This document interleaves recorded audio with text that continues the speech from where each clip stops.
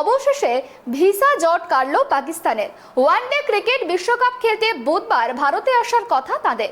শেষ মুহূর্তে ভিসা হাতে পাবেন বাবররা। সোমবার সমস্যা মিটলেও মঙ্গলবার ভিসা হাতে পাবেন তারা। আর দিন দুয়েক পর ভারতের মাটিতে বিশ্বকাপের ওয়ার্ম আপ ম্যাচ খেলবে পাকিস্তান। কিন্তু ভারতে বাবর আজমরা আসতে পারবেন কিনা 48 ঘন্টা আগে অবধি তা নিশ্চিত ছিল না।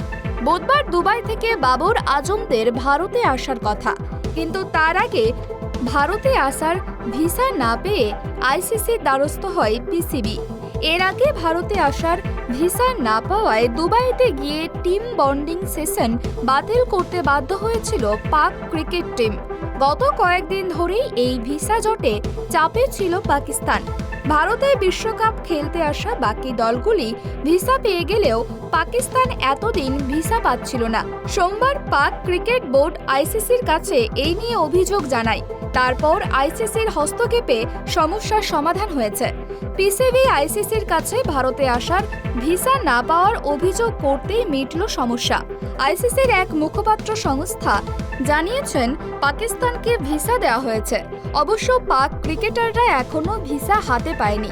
পিসিবির মুখপাত্র উমর ফারুক জানিয়েছেন, ভিসা ক্লিয়ারেন্সের বিষয়ে আমরা এখনো ভারতীয় হাই কমিশনের কাছ থেকে কোনো কল পাইনি। সোমবার আইসিসি সিও জিওব অ্যালার্ডিসের কাছে পিসিবি চিঠি দিয়ে জানায়, ভিসা সংক্রান্ত জটিলতার কারণে 50 ওভারের ওডিআই বিশ্বকাপের প্রস্তুতিতে প্রভাব পড়েছে পাকিস্তানের। এরপর এই বিষয়টি আরও খতিয়ে দেখে আইসিসি। তারপরই পাকিস্তানে ভারতে আসার ভিসা জট কেটেছে। যদি ভারতে আসার ভিসা নিয়ে সমস্যা না হতো, তাহলে পাক ক্রিকেট টিম দিন দুয়েকের জন্য দুবাইতে গিয়ে দলের সকল সদস্যদের একটা বন্ডিং সেশন করত। সেই পরিকল্পনা পুরোপুরি ভেস্তে যায়। শেষ মুহূর্তে ভিসা জট কাটায় আপাতত স্বস্তি পাক শিবিরের। এর আগে 2016 সালে টি-20 বিশ্বকাপে শেষবার ভারতে খেলতে এসেছিল পাক ক্রিকেট টিম। এবারে এশিয়া কাপে ভারত পাকিস্তানে গিয়ে খেলতে রাজি হয়নি। সে সময় বেশ কয়েকবার পাকিস্তানও ভারতে এসে না খেলার হুমকিও দিয়েছিল। অবশ্য শেষ অবধি সেই হুমকি ধোপে টেকেনি। ভারতে খেলতে আসছেন বাবররা।